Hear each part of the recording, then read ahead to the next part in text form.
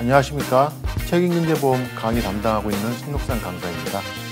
오늘은 책임경제보험 세 번째 시간으로서 제조물 책임에 대해서 말씀을 드리겠는데요.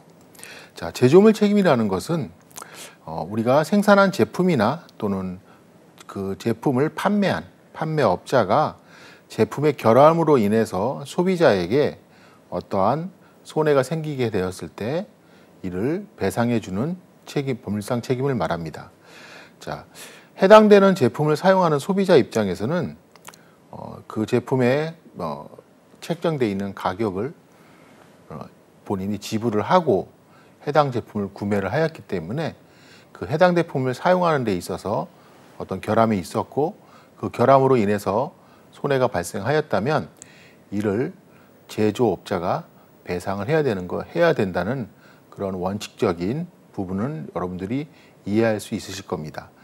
그렇다면 제조물 책임법이라는 특별히 소비자를 위한 법률상 배상 책임 제도가 필요한 이유는 지난 강의에서 말씀드린 바와 같이 기본적으로 피해자가 고의 또는 과실과 같은 귀책 사유와 손해 발생과 같은 이러한 부분들을 모두 입증을 해서 손해배상을 가해자에게 청구할 수 있는 과실 책임주의 하에서는 이 복잡한 현대 사회에서 제조된 여러 가지 상품들, 가장 대표적으로 우리가 지금 요즘에 제일 많이 쓰는 스마트폰 같은 경우에 과연 이 스마트폰의 문제로 인해서 소비자에게 손해가 생겼는가 하는 부분을 평균인인 소비자 입장에서 고도의 전문 기술이 집약된 스마트폰의 제조 과정에서의 고의 또는 과실이라는 이러한 제조업자의 귀책 사유를 입증한다는 것은 사실상 불가능한 일입니다. 따라서 이러한 귀책 사유, 고의 과실이라는 주관적 귀책 사유 대신에 결함이라는 객관적 귀책 사유를 소비자는 하기만 하면 제조업자 및 판매업자가 법률상 손해배상 책임을 지도록 특별히 특별법으로 제정해서 운영하고 있는 것이 제조물 책임법이고 그에 따른 법률상 손해배상 책임이 제조물 책임이라고 할 것입니다. 그래서 다시 한번 말씀을 드리지만 원칙적으로 법률상 책임이 발생하기 위해서는 고의와 과실과 같은 귀책사유가 주관적인 귀책사유가 존재해야 되는데 이러한 부분들을 소비자에게 입증하라는 것은 과도한 입증에 문제가 생긴다는 것은 방금 말씀드린 바와 같고요. 그렇기 때문에 제조물이나 생산물을 제조 판매한 사람에게 업자에게 과실 대신에 결함이라는 귀책사유, 객관적인 귀책사유를 부여해서 이 부분만 입증이 되기만 하면 소비자는 손해배상 청구를 할 수 있게끔 법리를 운영하고 있습니다. 따라서 제조물 책임도 우리가 기존에 학습한 바와 같이 무과실 책임의 한 종류라고 할 것이고, 여러분들이 민법상 특수불법 행위 중에서 공작물 책임 이미 학습하셨는데요.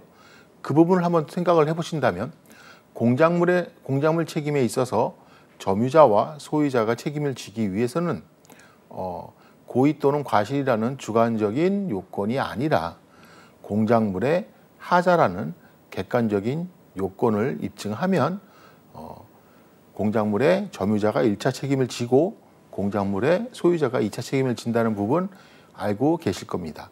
그래서 이 부분과 공작물 책임과 마찬가지로 제조물 책임에 있어서도 공작물 책임에서는 하자라는 객관적 요건, 제조물 책임에서는 결함이라는 객관적 요건을 피해자가 입증만 하는 것으로 책임의 범위를 확대하고 제조업자에게 무과실 책임을 부과하고 있는 것이 제조물 책임 및 제조물 책임법이라고 할 수 있습니다. 그렇다면 우리가 제조물 책임이라는 무과실 책임주의를 제조업자에게 부과하는 데 있어서 고의 또는 과실이 없는데도 이러한 법률상 책임을 제조업자에게 부과하기 위한 그런 근거는 무엇인가 하는 이제 문제가 이제 어떤 그런 의문이 생길 수 있는데요. 그래서 처음에 이제 등장한 이론이 보증책임 이론이라는 것입니다. 즉 물건을 구입한 소비자는 일종의 계약을 체결한 제조업자와 또는 판매업자와 계약을 체결한 사람으로서 그 계약의 내용을 생각을 해본다면 정상적으로 사용할 수 있는 정상적인 내구 연한까지 쓸 수 있는 물건을 소비자는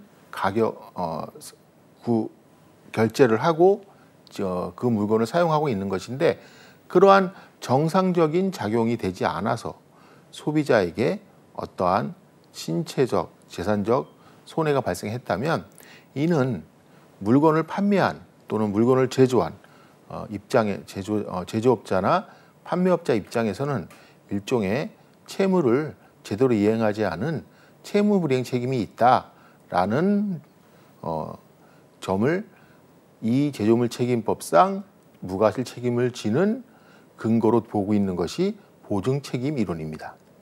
자, 두 번째로 기존 제가 또 말씀드린 바와 같이 우리 영미법상의 엄격 책임 제도라는 것이 있는데요. 과실 책임에 있어서는 과실 입증이 어려운 점이 있고요.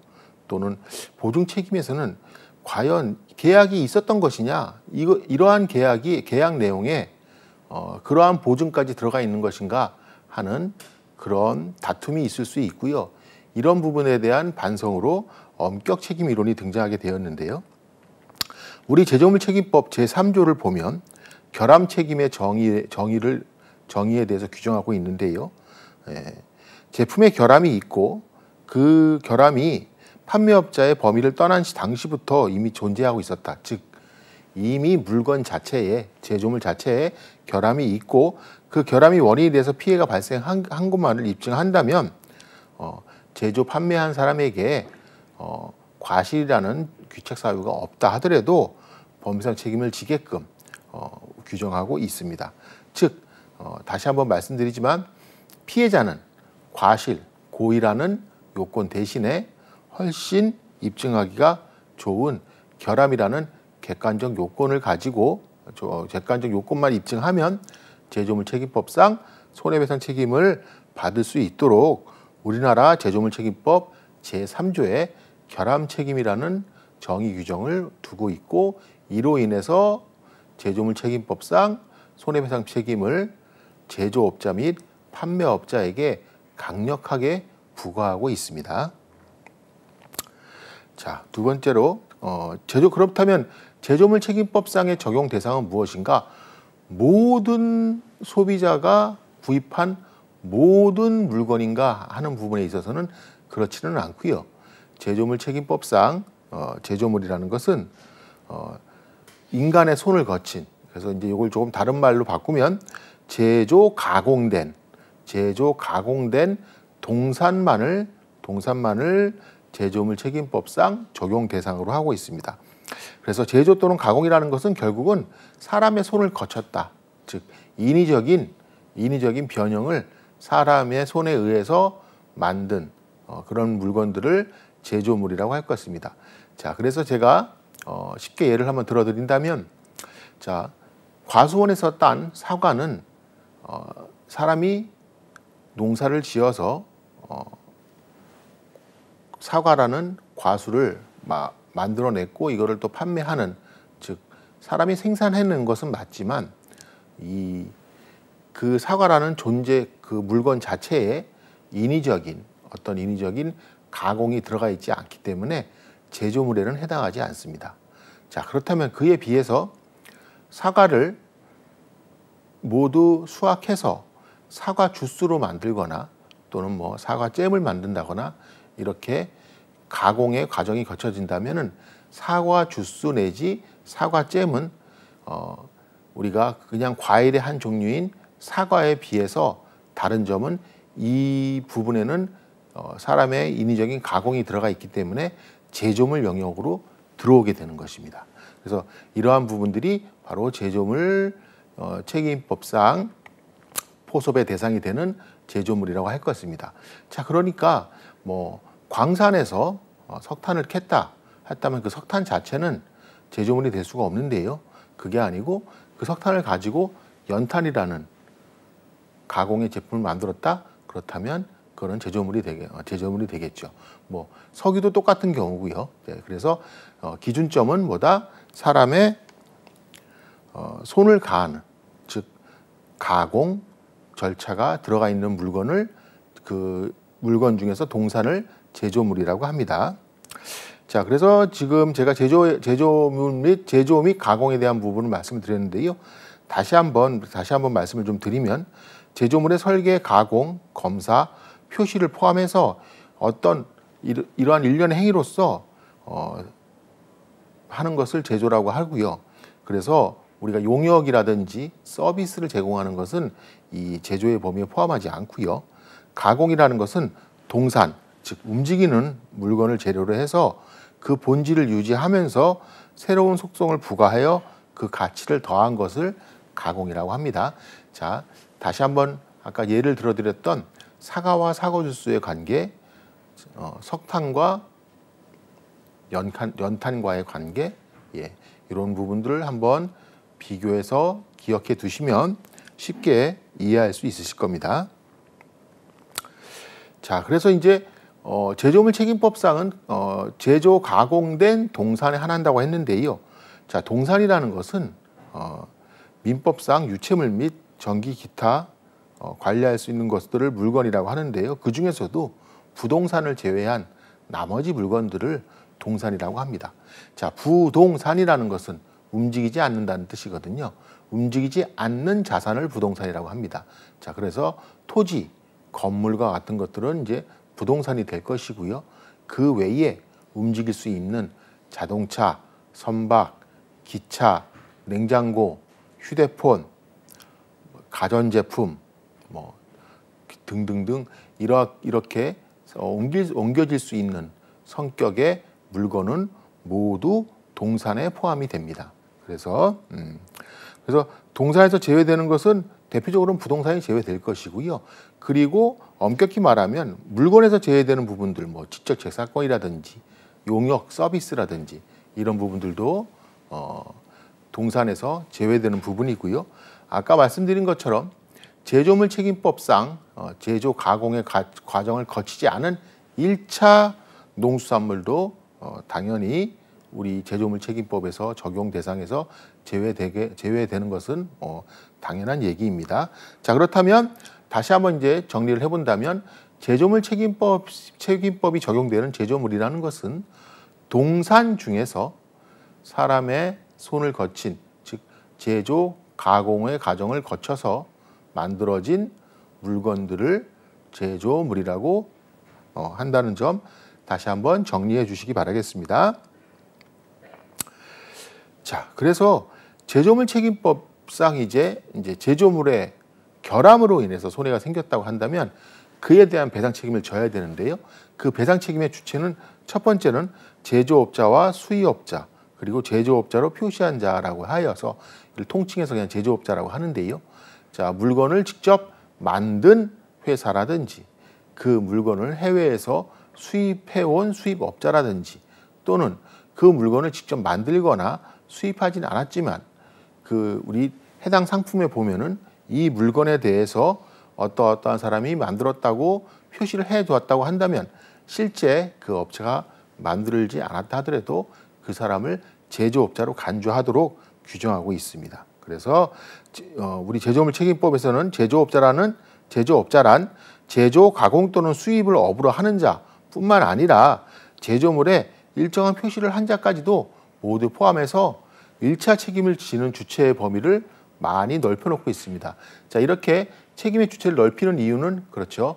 바로 소비자의 손해를 소비자의 손해 보상을 좀 더 확대하고 좀 더 원활하게 하고 할 수 있게끔 일반적인 단순히 물건을 만든 제조업자만을 1차 책임의 주체로 한정하고 있지 않는 것입니다. 자, 2차 책임은 공급업자가 진다고 되어 있는데요. 자, 이 2차 책임을 질 때는 일정한 요건이 필요합니다. 즉, 제조업자를 알 수 없거나 또는 공급업자가 제조업자를 알 수 있음에도 불구하고 그 제조업자를 알려달라고 했는데 알려주지 않거나 또는 제조업자가 파산 등으로 인해서 없어진 경우에 2차적으로는 누가 책임을 지느냐면 그 공급업자, 즉 물건을 판매하였거나 직접 판매하였거나 또는 판매업자에게 납품을 한 업자들 모두 합쳐서 공급업자라고 하는데요. 이 공급업자들이 2차 책임을 집니다. 자, 여러분, 우리가 1차 책임, 2차 책임이라는 용어 우리가 지난 시간에 이미 비슷한 개념으로 학습을 한 바 있는데요. 그렇죠. 공작물 책임에서 제1차 책임은 점유자가 지고 점유자의 그래서 책임은 입증 책임의 전환이라고 말씀드렸고요. 그렇죠. 2차 책임은 누가 진다? 공작물의 소유자. 소유자의 책임은 절대적 무과실 책임이다라고 말씀을 드린 거 기억하시고 계시죠? 자, 마찬가지로 제조물 책임법의 책임의 주체의 규정도 첫째는 제조업자 등이 책임을 지는 것이고요. 자, 이러한 제조업자를 제조업자가 없어졌거나 알 수 없거나 알려달라고 했는데 판매업자가 알려주지 않은 경우에는 2차적으로 공급업자, 판매업자가 책임을 지도록 우리 제조물 책임법에 규정하고 있습니다. 자, 그래서 제조물 책임법상 책임은 아까 말씀드린 바와 같이 고의 과실 대신에 결함이라는 객관적 요건을 손해배상 책임의 요건으로 대신 집어넣고 있기 때문에 제조물 책임은 흔히 결함 책임이라도 하는 것이고요. 결함 책임이라고도 말을 합니다. 즉 주관적 요건인 고의 과실 대신에 객관적 요건인 결함이라는 요건을 법률상 책임의 요건으로 충족만 되기만 하면 제조물 책임법상 배상 책임이 인정된다는 것이죠. 자, 그래서 제품에 결함이 있고 그 결함으로 손해가 생기면 해당 제품의 제조사가 책임을 진다는 것입니다. 네. 자, 예를 들어 보겠습니다. 자, 제가 스마트폰을 샀는데요. 이 스마트폰이 제가 최신 스마트폰을 구입을 했는데 이 스마트폰이 사용한 지 일주일 만에 배터리가 터졌어요. 저만 그런 것이 아니고 지금 전 세계 곳곳에서 이런 일들이 생기고 있다고 한다면 우리는 누구나 알 수 있죠. 어떤 걸 알 수 있습니까? 스마트폰의 배터리가 이상하구나. 배터리를 제대로 설계하지 않았거나 제대로 설계했는데도 불구하고 제작, 공정 자체에서 문제가 생겼거나 또는 제대로 설계하고 제작 공정 자체에도 문제는 없지만 그 핸드폰을 만드는 과정에 공급된 부품에 문제가 있거나 이러한 세 가지 원인 중에서 어느 하나 이상의 원인으로 아마도 핸드폰에 이상이 있어 핸드폰 배터리가 폭발을 했을 것입니다. 이런 경우 이제 대표적으로 바로 제조업자인 핸드폰 제작 회사가 책임을 지는 이것을 제조물 책임이라고 합니다. 자, 다시 한번 말씀을 드리지만 소비자인 제가 핸드폰이 폭발했다는 그 사실 이외에 그 핸드폰에 문제가 있다는 점을 입증한다는 것은 사실상 불가능하다는 점에서 소비자인 저는 그냥 터져서는 안 되는 물건인 터져서는 안 되는 제조물인 핸드폰이 폭발했다는 사실만 입증하고 그 폭발로 내가 손해를 입었다. 이 부분만 입증이 되면 그렇지 않다는 것을 제조업자인 핸드폰 제작사가 입증을 해야 된다는 것이죠. 자, 그래서 결함이라는 것은 제가 아까 핸드폰 예를 들면서 설계상해, 제조상해 또는 부품상해 이런 말씀을 방금 드렸는데요. 즉 결함이란 제조, 설계 또는 표시의 결함이나 기타 통상적으로 기대할 수 있는 안정성이 떨어지거나 없는 경우를 결함이라고 하는 것입니다. 자, 그래서 아까 예를 들어서 말씀드린 것처럼 이 핸드폰을 사용하는 데 있어서 이 핸드폰을 사용하는 데 있어서 일정 악조건에서 일정 시간 이상 사용하는 경우 이 핸드폰에 문제가 있을 수 있으니까 사용상 주의를 바랍니다라는 그러한 표시, 경고 문구, 안내 문구 이런 것들이 없는 상태에서 이러한 핸드폰 폭발 사고가 생겼다고 하더라도 마찬가지로 그 부분도 제조물 책임법상 법률상 책임이 인정이 되는 것입니다. 자, 그렇다면 이제 두 번째로 통상적으로 기대할 수 있는 안전성이라고 했는데요. 여기서 안전성이라는 것은 그냥 단순히 품질이나 성능 장애 등의 그런 문제가 아니라 생명, 신체나 재산에 대한 피해나 위험에 대한 어떤 평온한 수준을 깰 수 있는 정도의 문제를 안전성이라고 합니다. 자, 그래서 결함을 판단하는 데 있어서 뭐 여러 가지 내용들이 있는데요.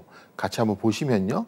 제품의 성질, 제품에 대한 설명, 그렇죠. 경고, 지시, 제품의 사용 형태, 제품의 유통 시기를 포함한 모든 사정을 고려해야 되고요.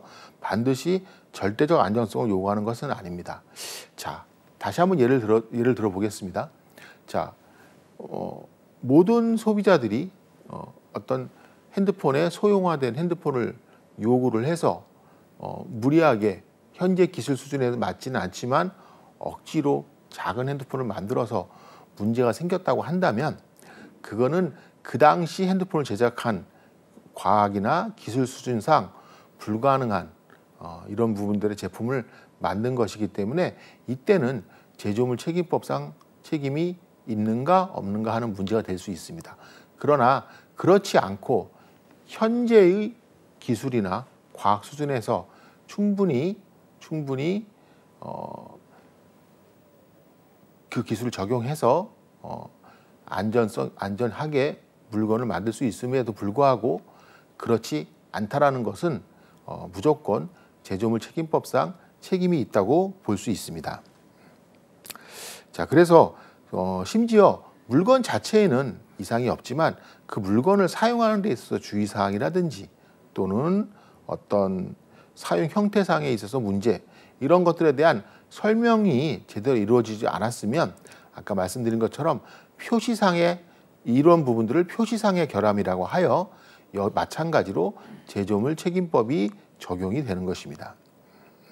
그 생각보다 즉 물건 자체의 어떤 문제에 플러스해서 그 물건을 소비자가 사용하는 데 있어서 주의해야 될 점 또는 고려해야 될 점, 이런 부분들을 제대로 설명해 주지 않았다면 그 자체로도 누구에게 제조업자나 공급업자에게 법률상 책임이 인정되는 것입니다. 자, 그래서 결함의 유형을 이제 좀 살펴보겠습니다. 지금 이미 결함의 유형은 제가 잠시 아까 핸드폰 말씀을 드리면서 예를 들면서 이미 잠깐 말씀을 드린 점이 드렸는데요. 첫째는 가장 대다수를 차지하는 것이 제조상의 결함이겠죠. 즉 제품의 원료나 부품이나 제조 과정 또는 가공 과정에서 생긴 결함으로 원래 의도한 설계와 다르게 제조 가공됨으로써 안정성이 결여된 것을 제조상 결함이라고 합니다. 즉 설계는 제대로 된 것이죠. 그런데 물건을 만드는 과정에서 그 공정 자체에 문제가 있었거나 또는 그 물건을 만들기 위한 부품이나 원료 등에 문제가 있었던 경우, 이런 경우를 제조상의 결함이라고 합니다.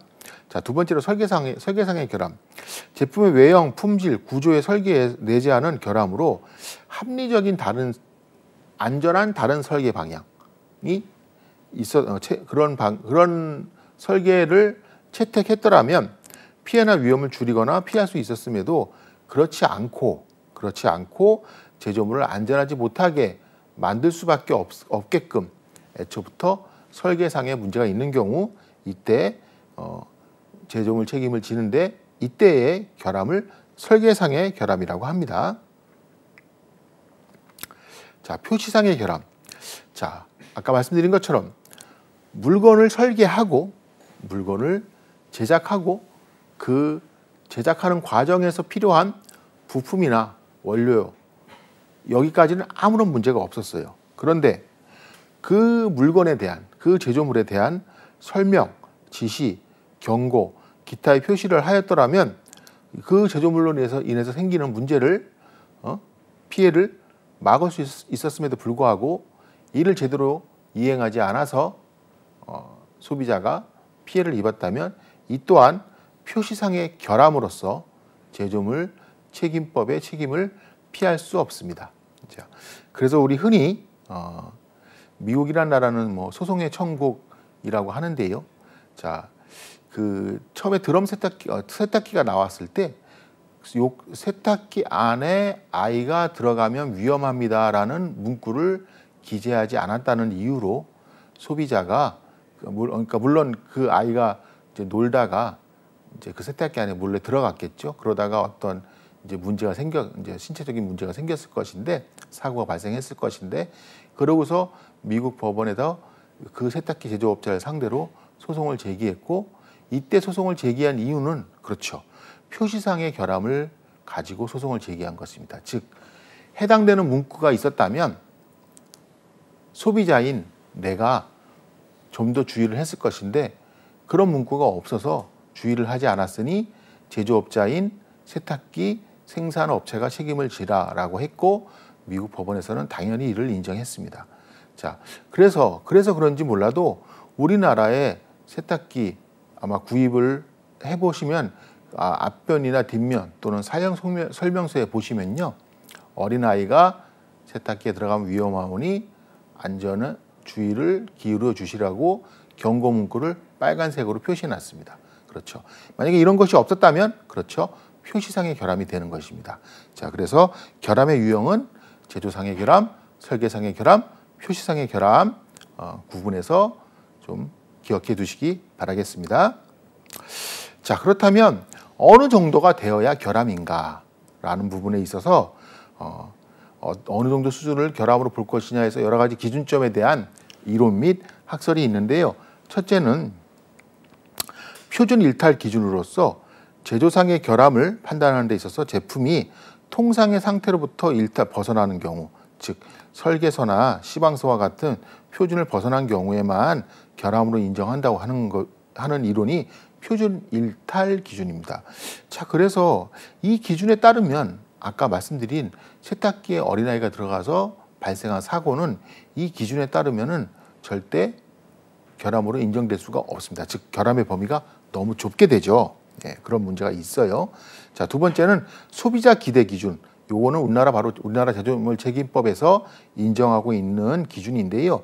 설계상의 결함이나 표시상의 결함을 판단하는 기준으로 통상적으로 소비자가 기대하는 안전성이 결여되어 있고 소비자가 예상할 수 없는 위험이 제품에 있는 경우 결함으로 본다는 것입니다. 즉 제품 자체의 결함뿐만 아니고 설계상이나 표시상의 문제까지 결함으로 모두 포섭하고 있는 것이 소비자 기대 기준이고요.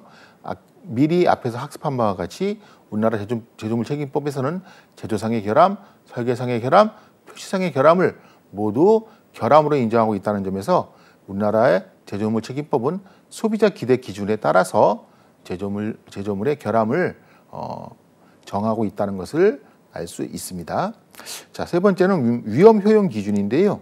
이거는 간단하게 말한다면 어떤 제품의 문제를 해결하는 데 있어서 1억 원의 돈이 드는데 그 문제를 해결하지 않아서 1억 원보다 많은 손해가 생겼으면 그 손해가 즉 투하되는 비용보다 손해가 크다면 무조건 결함으로 보는 그 밑에 저 써놓은 것처럼 법 경제학적인 기준이다라고 되어 있습니다. 그래서 이 부분이 이렇게 되면 이제 결함의 범위가 너무 넓어지는 또 그런 부분이 있겠죠. 자, 대체 기준.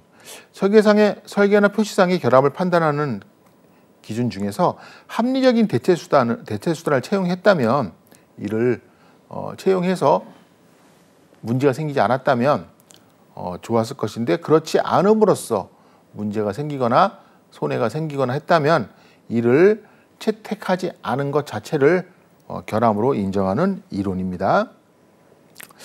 자, 그래서 이와 같이 우리나라는 이제 소비자 기대 수준으로서 보상을 받고 결함을 인정하고 있는데요.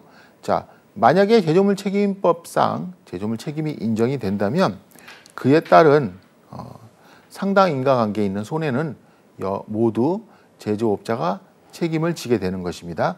자, 그래서 우리나라에서 얼마 전에 몇 해 전에 지금도 그 가습기 살균제 가지고 고통을 받는 피해자분들이 너무 많기는 하는데요.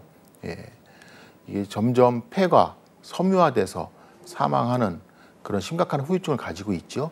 그때 그래서 가습기 살균제를 제조했거나 가습기 살균제가 이상이 있거나 문제가 있다는 걸 알면서도 판매를 했던 업체들은 모두 국민적인 비난을 받고 엄청나게 센 강력한 처벌을 받을 줄 알았는데, 그리고 그에 상응하는 배상 책임을 질 줄 알았는데, 그 당시 시행하고 있던 우리나라의 제조물 책임법에서는 그 정도 수준까지 배상을 할 수 있도록 규정하고 있지 않아서요. 그 이후에 그런 가습기 살균제 문제로 인해서 제조물 책임법상 법률상 손해배상 책임을 좀 더 강력하게 만들어서 사람의 신체에 큰 위해가 될 줄을 알았거나 알 수 있었음에도 이를 계속 제조하거나 판매한 업자, 네, 가습기 살균 업체가 되겠죠. 그런 문제가 생긴다고 할 때는 통상의 손해배상보다 3배에서 4배까지 중하게 배상 책임을 물도록 그 이후에 우리나라 제조물 책임법이 개정이 되었습니다. 예. 자, 그래서 그렇다면 여태까지는 지금까지는 제조물 책임법상 책임의 요건과 어떤 경우에 책임이 지는지에 대해서 말씀을 드렸는데요. 자, 제조물 책임법은 말씀드린 대로 무과실 책임을 지는데 뭐 절대적인 의미의 무과실 책임이라고 할 수는 없고요. 그렇다고 입증 책임의 전환의 문제, 입증 책임의 전환, 즉 중간 책임주의까지의 약한 의미의 무과실 책임인도 아닌 그 중간적인 부분인데, 제조업자는 제조물 책임법상 책임을 면하기 위해서는 다음과 같은 점을 입증하면 책임을 면할 수 있습니다. 첫째, 해당 제조물이 정상적으로 사용되는 상태에서 피해자의 손해가 발생하였다는 사실. 그렇죠.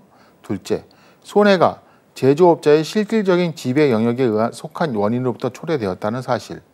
셋째, 손해가 해당 제조물의 결함 없이는 통상적으로 발생하지 아니하였다는 사실. 요거는 소비자가 입증을 해야 되고요.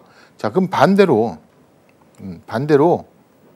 제조업자는 이 제조물은 우리가 공급한 게 아니다. 즉 정상적인 판매 경로로 나간 제품이 아니라는 점을 입증을 하거나, 또는 해당되는 제품을 만든 시점에 과학기술 수준으로는 도저히 결함을 발견할 수 없었다라는 점을 입증을 하거나, 또는 해당되는 제조물이 제작한 시점에 법령 등에 따른 준수사항을 모두 준수했는데도 손해가 발생했다는 것을 입증하면 면책이 할 수 있도록 되어 있습니다. 즉 제조업자는 1, 2, 3번의 사유를 입증을 하면 면책이 가능한데요.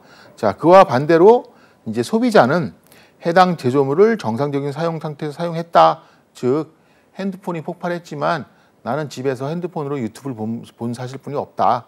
둘째, 손해가 제조업자의 실질적인 지배 영역에 속한 원인으로부터 발생했다.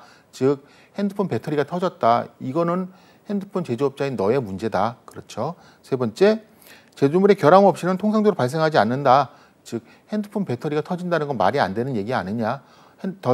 터지는 배터리가 장착된 핸드폰을 구입한 사람은 아무도 없을 것이다. 나도 핸드폰을 구입한 나도 배터리가 터진다는 생각은 하지 못했다. 뭐 이렇게 요 정도 되는 것만 입증을 하고 그로 인해서 손해가 생겼다라는 것만 입증을 하면 책임을 져야 되고, 자 반대로 아까 다시 한번 말씀드리지만 이 핸드폰은 우리가 공급한 것이 아니다. 둘째, 그 핸드폰을 만들 당시 기술 수준으로는 이 이상의 지금의 이런 문제를 알 수 없었다. 그렇죠. 셋째, 우리는 그 당시에 법령에 정한 안전 기준과 수칙을 모두 준수했다라는 것을 입증하면 비록 소비자에게 손해가 생겼다 하더라도 면책이 가능합니다. 자, 네 번째, 원재료나 부품이 같은 경우에는 그 문제가 즉 물건을 전부 최종적으로 제조한 업체의 업체의 지시나 또는 설계로 생긴 문제가 아니다. 뭐 이 부분까지는 뭐 크게 이 빈번하게 생길 수 있는 부분은 아니긴 하지만, 예, 이렇게 네 가지 경우를 모두 네 가지 경우 중에서 하나만이라도 입증을 한다면 제조업체는 이 손해배상 책임을 면할 수 있습니다. 예. 자, 그런데 이제 우리나라 제조물 책임법이 제가 뭐라고 말씀드렸죠? 네, 그렇습니다. 가습기 살균제 이후로 제조물 책임법이 좀 더 강화가 됐어요. 그래서 제조물 책임법에 대한 결함이 있다고 입증 있어서 반증을 하여 제조업자가 그 책임을 면할 수 있다 하더라도 제조물의 결함이 이미 있다는 것을 알고 있거나 또는 알 수 있었음에도 그 결함으로 인한 손해의 발생을 방지하기 위한 적절한 조치를 취하지 않은 경우에는 지금 있는 면책사유 1번부터 4번까지 면책사유 중에서 첫 번째를 제외하고 나머지 면책사유는 주장할 수 없다는 것이죠. 즉 가습기 살균 업체가 어땠다는 거죠? 예, 동물 실험 결과도 조작하고 판매한 이후에 계속 문제가 있다는 소비자들의 질의와 질책, 그 다음에 여러 가지 항의가 있었음에도 불구하고 이를 묵살하고 판매를 강요해서 손해가 엄청 커졌습니다. 자, 이러한 경우에는 설사 면책사유에 해당한다 하더라도 제조업자는 제조물 책임을 면할 수 없고요. 다만 어찌 됐건 간에 그 물건을 만들었거나 판매하지 않았다는 것은 뭐 어차피 해당 물건의 제조업자에 해당하지 않는 부분이기 때문에 요때만을 제외하고 나머지 부분은 면책을 주장할 수 없습니다. 자, 그래서 지금까지 우리 특별법상 무과실 책임의 한 종류인 제조물 책임법과 제조물 책임에 대해서 학습을 하였고요. 자, 이 두 번째로는 이제 두 번째 파트로서 우리가 이제 일상생활에서 또는 뉴스에서 뭐 많이 다루고 하고 있는 의료과실 책임에 대해서 살펴보도록 하겠습니다. 자, 기본적으로 의료과실 책임은 제조물 책임법과 같이 어떤 특별법이 있거나 해서 그 무과실 책임을 의료인에게 부과하는 것은 아니고요. 기존의 판례 등으로 인해서 꾸준히 축적된 이론이 명문에 된 법규 규정이 아니라 그 이론에 따라서 일정한 요건이 충족이 되면 의료인에게 어떤 책임, 무과실 책임을 부과하고 있는 것이 의료과실 책임이라고 할 것입니다. 자, 그래서 의사 또는 의료인 등의 과실로서 발생한 책임이 있을 때는 당연히 배상 책임을 지겠죠. 그렇죠? 그런데 아까 제조물 책임에서 말씀드린 바와 같이 의료행위는 전문적이고 기술적인 것인데 일반인이 고의 또는 과실을 입증하는 것은 거의 불가능하기 때문에 이러한 의료 분쟁에 있어서 일반인을 보호하기 위하여 어떤 판단 기준과 입증 책임을 가지고 운영을 할 것인가라는 부분이 바로 의료과실 책임 이론이라고 할 것입니다. 그래서 결론적으로는 의료과실 책임이라는 것은 과실 판단의 기준과 입증 책임을 완화하여 입증 책임의 전환 등의 이론과 유사하게 무과실 책임주의처럼 운영하고 있다고 말씀드릴 수 있습니다. 자, 법적 성질은 의료과실 책임의 법적 성질은 진료계약에 따른 채무불이행 책임과 의사의 과실에 기일한 불법행위 책임 모두 존재하고 그래서 이러한 경우는 청구권이 경합하는 경우라고 할 수 있겠습니다. 자, 우리가 우리 이미 학습한 부분처럼 자, 불법행위 책임과 채무불이행 책임은 청구권 경합 관계라고 말씀을 드렸고 그에 해당되는 가장 대표적인 예 중에 하나가 바로 의료과실 책임이라고 할 것입니다.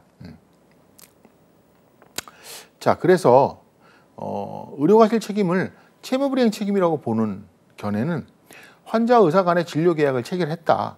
따라서 그 진료 계약에 따른 채무를 제대로 이행하지 않았기 때문에 의사에게 책임이 있다라고 보는 이론이고요.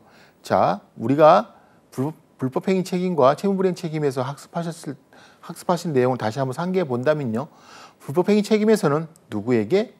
피해자에게 고의 또는 과실을 입증할 책임이 있는데 비해서 채무불이행 책임에서는 채무를 부담하는 자, 즉 채무자가 자기에게 귀책사유 없음을 입증해야 되는 차이점이 있다고 말씀을 드렸죠.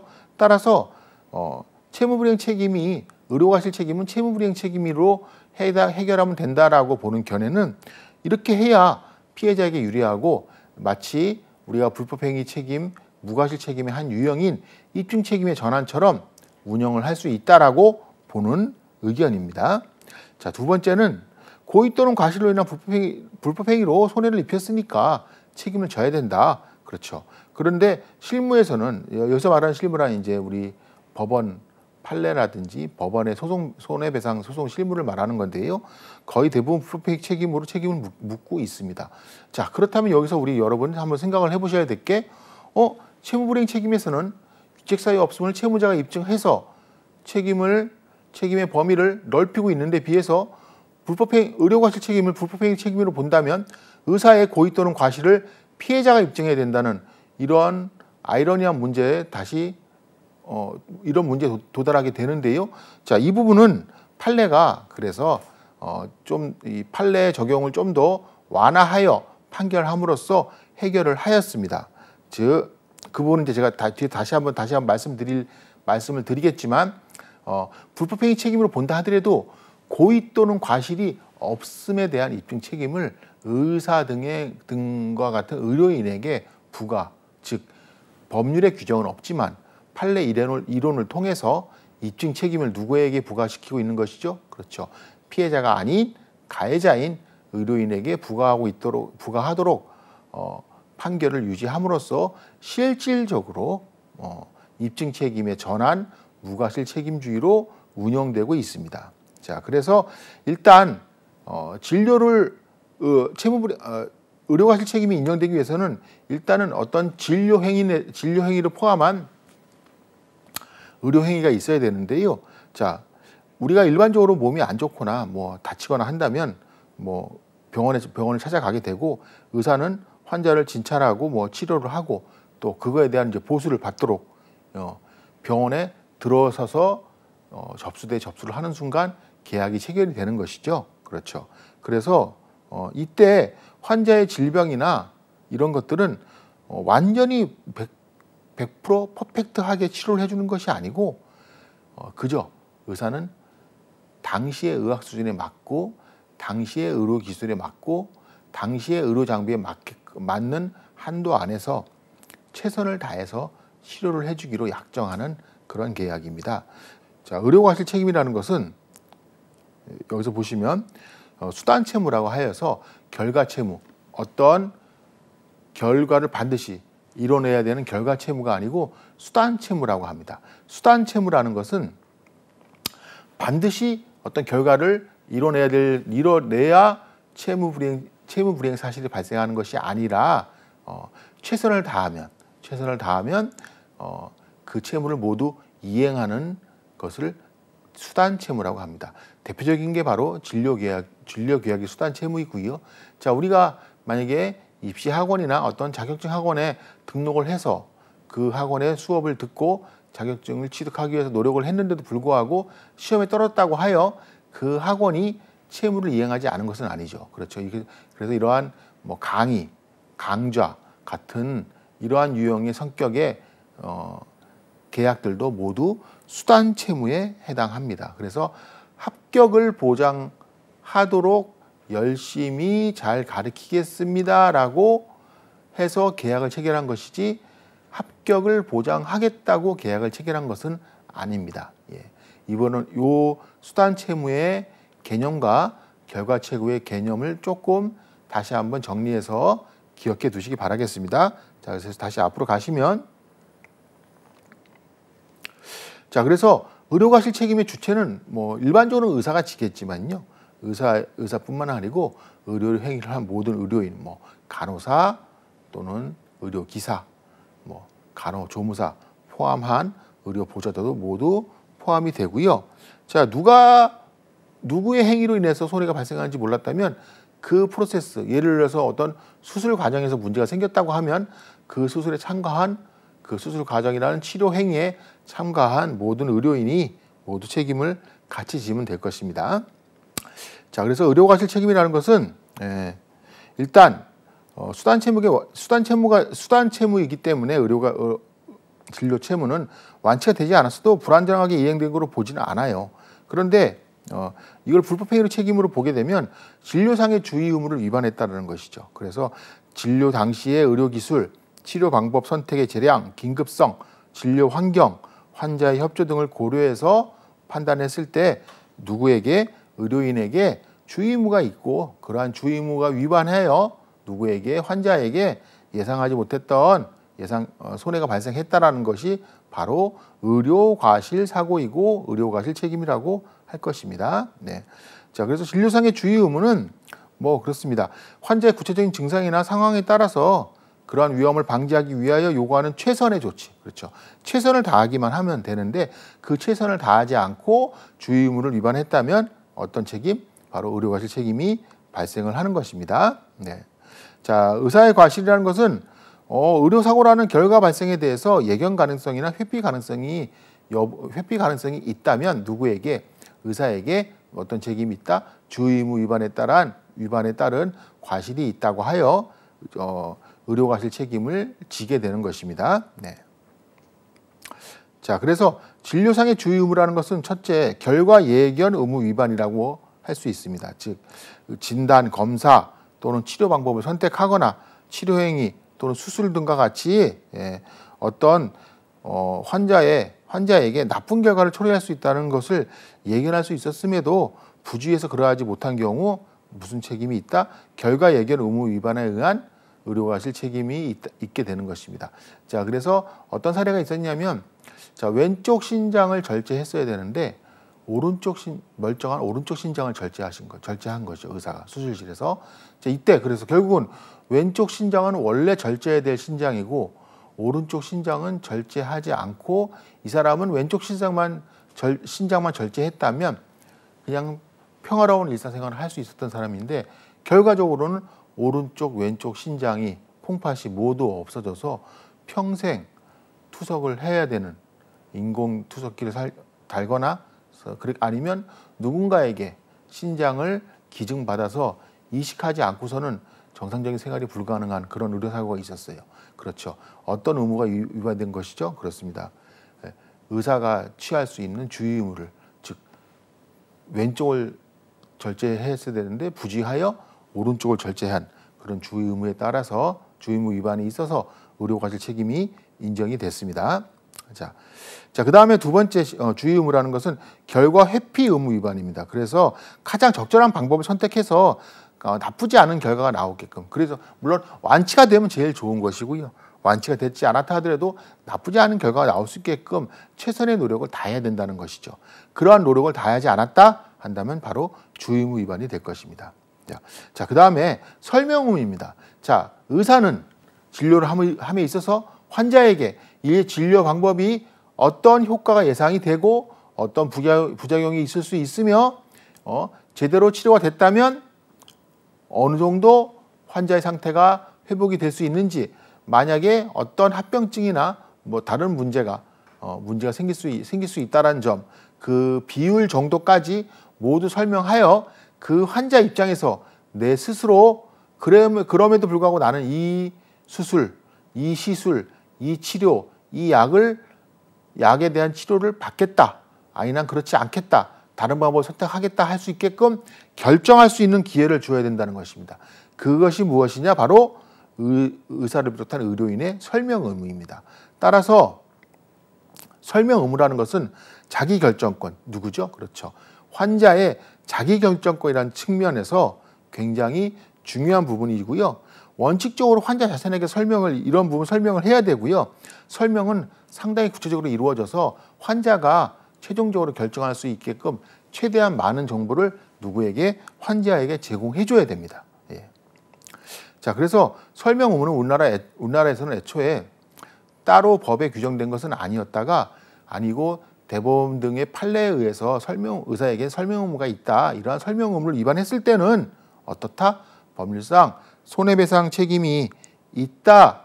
라고 판결을 하여 설명 의무라는 의료과실 책임의 한 유형을 판례로서 일원화해서 채택하고 있었던 그런 실정이었었는데요. 설명 의무를 이행하지 않고 시행한 의료 행위가 결과가 너무 만족스러웠어요. 그렇다 하더라도 설명 의무 위반에 따른 손해배상 책임이 인정된다고 하는 것입니다. 즉 자기결정권을 침해했기 때문에 환자의 자기결정권을 침해했기 때문에 법인상 손해배상 책임을 부담한다는 것이 우리 대법원 판례의 입장입니다. 그래서 굉장히 강력한 부분이죠. 그래서 입증 책임은 당연히 누구한테 있냐면 설명 의무를 다 했다는 것에 대한 입증 책임은 의료인에게 있고요. 예, 의료인이 입증하지 못하면 설명 의무 위반에 따른 손해배상 책임이 인정이 됩니다. 네, 그래서 결과적으로 환자를 보호하기 위해서 입증 책임을 완화하고 있고 우리 의료법에도 설명 의무 제도가 신설되었다는 점이 바로 의료과실 책임의 핵심이라고 할 것입니다. 자, 이상 3강 강의 마치도록 하겠습니다. 감사합니다.